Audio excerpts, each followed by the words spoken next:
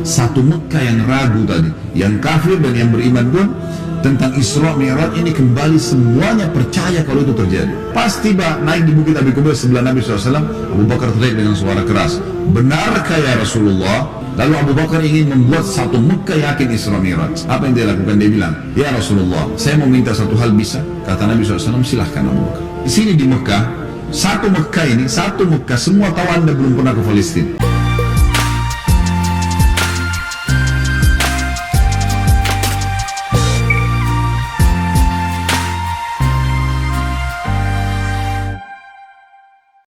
Nabi Muhammad SAW, Bapak Ibu sekalian, setelah pulang dari Isra dan Mi'raj, karena itu perjalanan malam hari, beliau pulang, sudah pagi, duduklah Nabi SAW di depan Ka'bah, duduk depan Ka'bah, merenungi kejadian semalam ini, kejadian yang spektakuler, yang luar biasa. Lewat Fir'aunnya umat ini, Abu Jahal, ini orang julukannya di Mekah Abul Hakam, orang yang bijaksana gitu. Dan pada saat itu dia raja di Mekah, tapi Nabi SAW suruh kita panggil dia siapa? Abu Jahal. Jahal ini super goblok, bukan cuma goblok, super goblok, luar biasa. Kenapa dikatakan begitu? Orang Mekah bilang Abu Hakam, dia dikatakan Abu Jahal karena Abu Jahal ini sama Abu Sufyan itu setiap malam dengar Al-Quran yang Nabi baca di rumah Nabi SAW. Setiap malam datang dengar, mereka diam-diam. Misalnya ini tempat tisu, ini rumah Nabi SAW, nanti Abu Jahal di sini, Abu Sufyan di sini, ada satu lagi temannya di belakang. Jadi mereka nggak saling tahu nih. Sampai pagi mereka dengar tuh ayat Al-Quran. Waktu mereka pulang, temu tiga-tiga. Terus saling tanya, kenapa kalian sini? Kenapa kalian sini? Saya dengarkan ayatnya yang Muhammad baca. Kata Abu Jahal, kita janjian nih, gak boleh terulang. Kalau masyarakat Mekah tahu kita dengar apa yang Muhammad baca, nanti beriman semua nih. Sepakat ya, sepakat, gak ada yang lagi. Besok malam datang lagi tiga-tiganya. Karena mereka satu sama lain menyangka temannya gak bakal datang. Penasarannya, ketemu lagi pagi, sepakat lagi. Jangan ulangi ya. Hari ketiga ulangi lagi. Datang lagi tiga-tiganya. Ini kejadian nyata dalam sebuah riwayat Bukhari disebutkan itu. Maka tiba-tiba saja setelah itu, saya lupa namanya satu orang, tokoh Quraisy itu, yang bilang sama Abu Sufyan, wahai Abu Sufyan, bagaimana pendapatmu apa yang kau dengar dari Muhammad? Ini kita bukan anak-anak nih. Ini apa yang kita dengar 3 hari kita janjian tidak datang, tapi kita datang terus karena penasaran. Ini pasti ada sesuatu. Bagaimana pendapatmu? Kata Abu Sufyan, ada yang saya mengerti dan punya makna yang tinggi, bagus. Ada yang saya tidak mengerti, tapi saya yakin itu kebenaran. Kata yang satu ini, saya juga begitu, saya yakin nih kebenaran. Kita tanya Abu Hakam, datangi rumahnya Abu Jahal. Wahai Abu Hakam, apa pendapatmu yang kau dengar 3 hari dari Muhammad? Abu Jahal bilang apa? Demi Allah, kan orang Mekah pakai kata demi Allah. Mereka tahu, mereka ikuti ajaran Nabi Ibrahim AS, cuma mereka musyrik. Mereka datangkan berhala, dijadikan perantara dengan Allah. Allah nggak mau tuh. Makanya bilang, demi Allah saya tahu Muhammad benar. Kata dia. Loh, kata Abu Sufyan, lalu kenapa kau tidak beriman? Kamu raja kami, kalau kau beriman, ini satu Mekah beriman semua nih. Apa kata dia? Ini fanatisme, kebodohan. Ini sebab julukan Abu Jahal keluar. Dia bilang, dari dulu sukunya Muhammad sama suku aku bersaing di Mekah. Mereka berikan makan minum jemaah haji, kami juga berikan makan minum jemaah haji. Mereka buat pasukan untuk membela Mekah, kami juga buat pasukan membela Mekah. Pokoknya apa yang mereka buat, kami buat. Sehari buat mereka, sehari buat kami. Jadi bersaing terus. Sekarang dari sukunya Muhammad keluar Nabi, sukuku tidak ada nabinya. Kalau aku beriman berarti sukuku kalah. Hanya itu, fanatisme kebodohan gitu. Dia bilang, maka itu saya tidak akan beriman sama Muhammad. Gara-gara perkataan dia itu, Abu Sufyan dan ini juga ikut-ikutan ya. Satu Mekah semua nggak mau. Tentu Abu Sufyan nanti akhirnya masuk Islam setelah masuk kota Mekah. Tapi pada saat itu tidak mau juga. Baiklah, ini sebab julukan keluar Abu Jahal. Lewat nih Abu Jahal. Lalu dia lihat Nabi SAW lagi merenungi, kayak ada sesuatu lagi difikirin. Dia bilang, wahai Muhammad, kamu kayak orang bingung, ada apa? Nabi SAW dengan polosnya ceritain. Ini yang diceritain kepada Abu Jahal. Ini yang paling benci sama Islam. Kata Nabi SAW, semalam datang kepada saya malaikat bernama Jibril. Jibril datang membawa burak. Burak itu kuda bersayap, terbang. Saya naik di atasnya terbang. Dimanapun matanya lihat sebuah tempat, kakinya sudah di sana. Lalu saya tiba di Palestina, turun di Masjid Aqsa, saya sholat, saya imami para nabi-nabi. Nabi-nabi ini 120.000 orang. Bagaimana bisa? Allahu a'lam. Nabi sampaikan, saya iman. Lalu kemudian saya naik di atas burak, saya mi'raj ke langit. Di langit pertama ketemu dengan Adam, langit kedua ketemu dengan nabi yang bersaudara sepupu, Isa dan Yahya. Langit ketiga ketemu dengan Idris, langit keempat ketemu dengan Yusuf, langit kelima ketemu dengan Harun, keenam Musa, ketujuh Ibrahim alaihissalam. Tentu kisah Isra Mi'raj panjang ya, karena perjalanan antara Mekah ke Palestina itu selama perjalanan Nabi SAW diperlihatkan tentang jenis-jenis adab kubur. Saya nggak ceritain di sini. Yang jelas Nabi SAW ceritain semua tuh, apapun yang terjadi, saya ringkaskan saja. Kemudian waktu Mi'raj ke langit, Nabi SAW ketemu dengan Nabi-Nabi lalu ngobrol. Sempat ngobrol sama Adam, ngobrol sama Yahya dan Isa, ngobrol sama Yusuf, sama Idris, sama Harun, sama Musa, sama Ibrahim AS. Tapi yang masyhur riwayat adalah Nabi SAW banyak berbicara dengan Musa.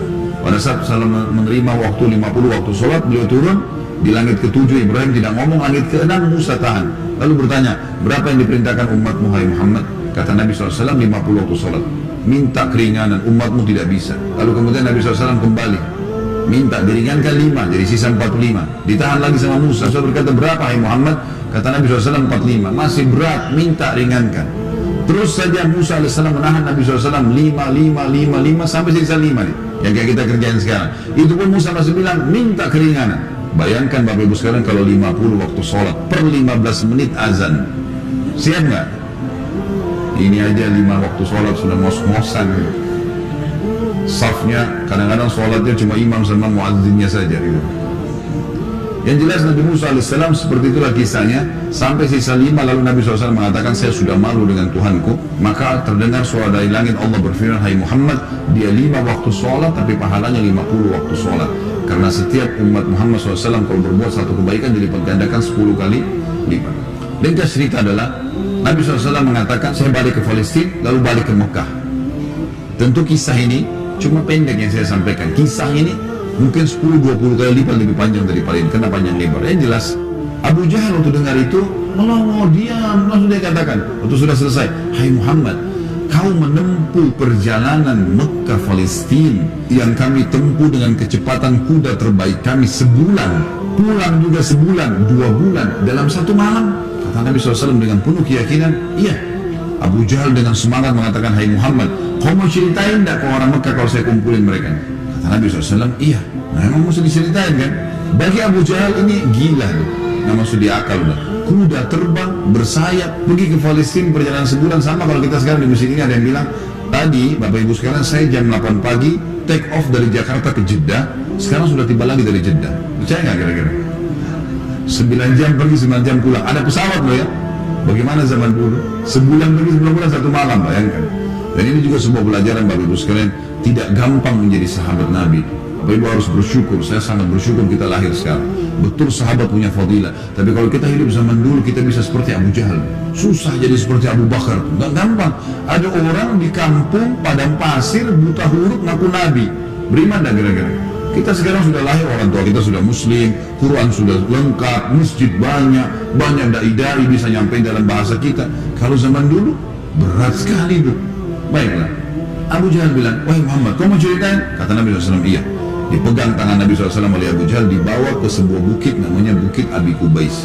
Bukit ini Bapak Ibu sekalian, dulu di zaman itu ada di sebelahnya Safa dan Marwah. Ini khusus untuk iklan. Yang boleh naik cuma budak. Ada satu budak ditugasin, dia cuma dia. Yang lain nggak boleh naik. Kalau naik dipenggal nih, nggak boleh. Ini khusus berita penting. Seperti kalau ada yang mau serang di Mekah, atau ada kepala suku yang mati, ada anak kepala suku yang lahir, seperti itulah. Abu Jahal naik ke atas Bukit Abi Kubais bersama Nabi SAW. Waktu orang-orang lihat ada 2 orang.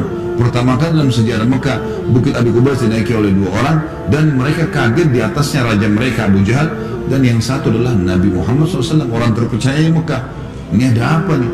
Maka orang-orang kafir kumpul karena Abu Jahal, orang-orang beriman kumpul karena Nabi Muhammad SAW. Waktu mereka sudah kumpul, Abu Jahal bilang, wahai masyarakat Mekah, dengarkan baik-baik apa yang Muhammad mau sampaikan. Ini kalau Abu Jahal niatnya baik, mau nyampein dakwah, luar biasa pahalanya udah masuk Islam. Masalahnya tidak, dia mau mempermalukan Nabi SAW. Niatnya itu. Maka dia bilang, silakan hai Muhammad. Nabi SAW ceritakan dengan polosnya. Datang Jibril, borak, kuda terbang, Palestina, sholat, dan sampai selesai. Lengkap, panjang lebar. Allahu alam berapa jam waktu itu. Dia langsung sampaikan. Sampai selesai semua, apa yang terjadi? Orang-orang Mekah yang kafir, Bapak Ibu sekalian, bertambah kufur. Ini Muhammad gila nih. Mekah Palestina, pulang pergi 2 bulan 1 malam, ini nggak masuk di akal. Ini baru kesana saja nggak percaya, apalagi naik ke langit ketemu, ya udah panjang ceritanya.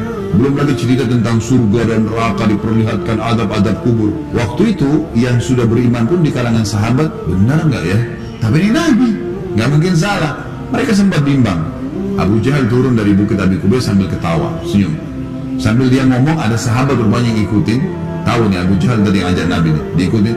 Dia bilang, sekarang agamanya Muhammad sudah habis. Dia pergi ke Darun Nadwa, tempat kumpulnya orang-orang Quraisy, lalu dia teriak. Dia bilang, hai Quraisy, berita gembira. Apa itu Abu Hakam?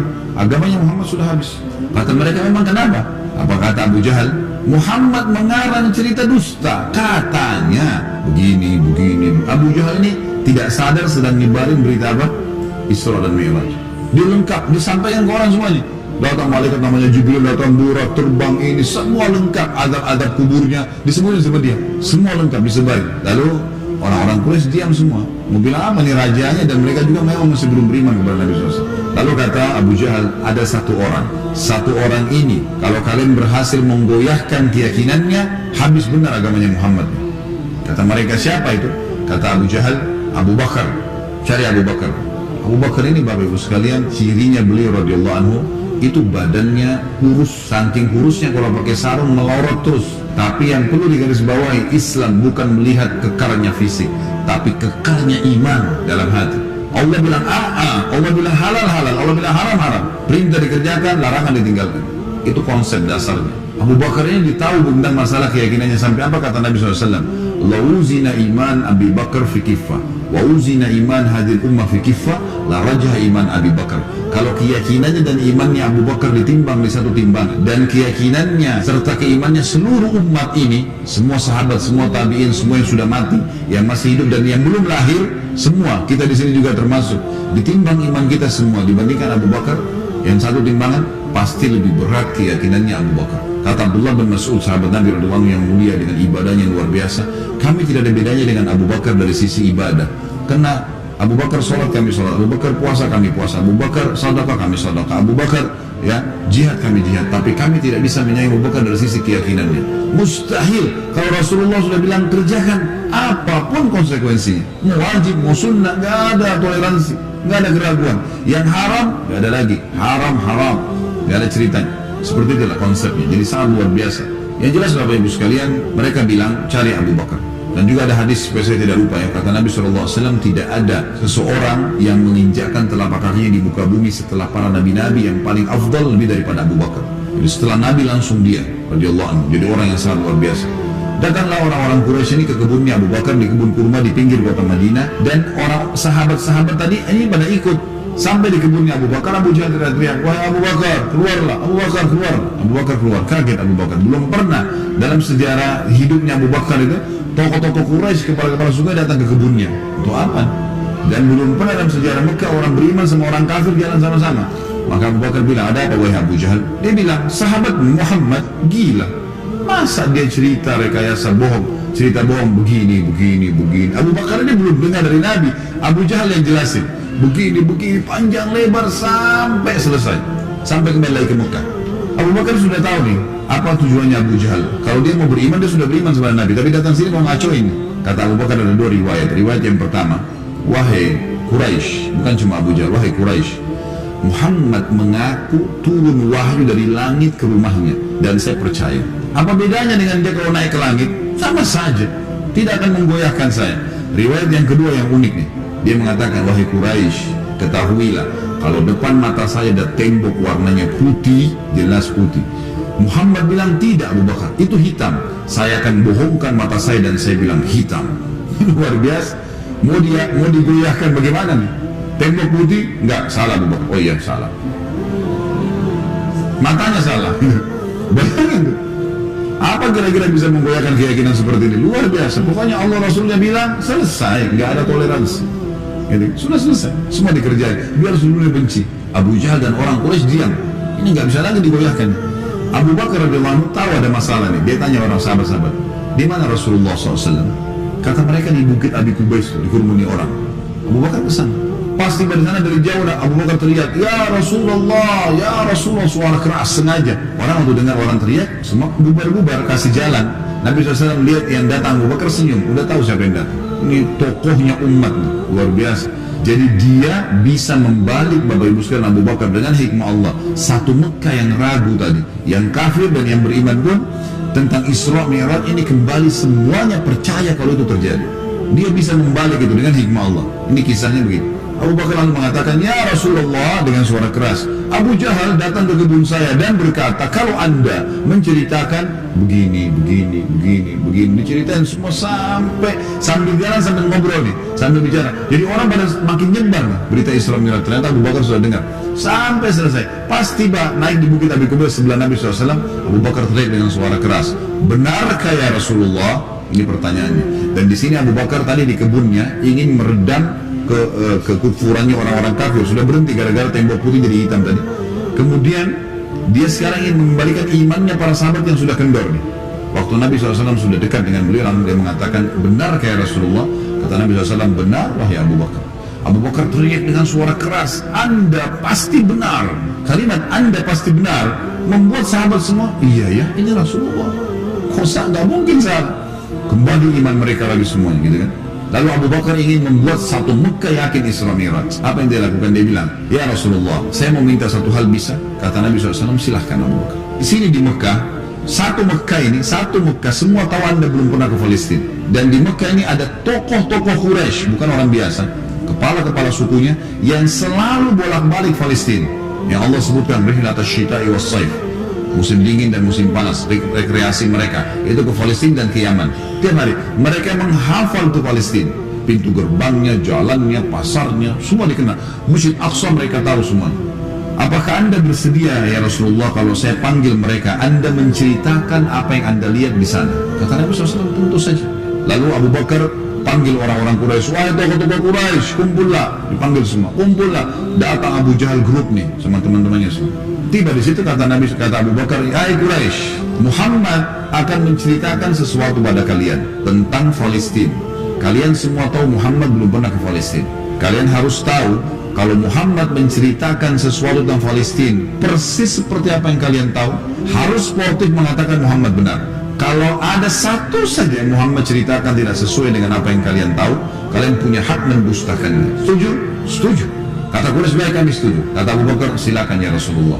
Dalam penutupan hadis Bukhari, kata Nabi SAW, Allah Azza wa Jal membukakan Palestina di depan mata saya, seperti saya lagi lihat. Maka saya menceritakan mereka pintu gerbangnya, jalan-jalannya, pasar-pasarnya, semuanya. Bahkan saya bisa menghitungkan buat mereka tiangnya Masjid Aqsa. Dan subhanallah, setiap kali Nabi SAW sebutkan tentang ciri Palestina dan Masjid Aqsa, orang-orang Quraisy dari tokoh-tokoh mengatakan Muhammad benar, Muhammad benar, Muhammad benar. Terus, dan ini jumlahnya belasan orang nih. Tokoh-tokoh mereka mengatakan Muhammad benar, Muhammad benar. Pengakuan mereka sendiri. Ini nggak dusta, ini benar. Betul jalannya begini, betul rumahnya begini, betul pasarnya begini, betul Masjid Aqsa begini. Mereka akuin sendiri. Maka gara-gara kasus itu, satu Mekah jadi percaya Isra Mi'raj. Baik, Abu Bakar sudah selesai ini perannya. Sahabat sudah kembali imannya.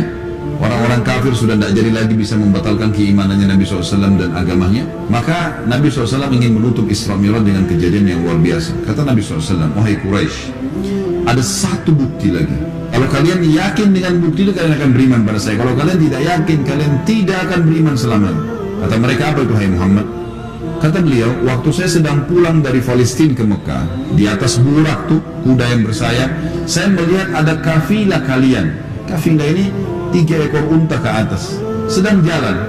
Jumlahnya sekian belas unta, di atasnya ada fulan, orang-orang Quraisy. Dan unta yang paling depan, unta berwarna putih, di lehernya ada kain warna merah.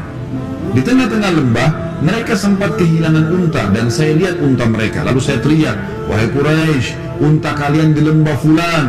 Karena Nabi kenal semua nih siapa yang ada di situ. Orang-orang Quraisy, tokoh-tokohnya. Ambillah. Maka mereka mengikuti suara saya dan mereka menemukan unta mereka. Kafilah itu 2 hari lagi sampai di Mekah. Tanya pada mereka.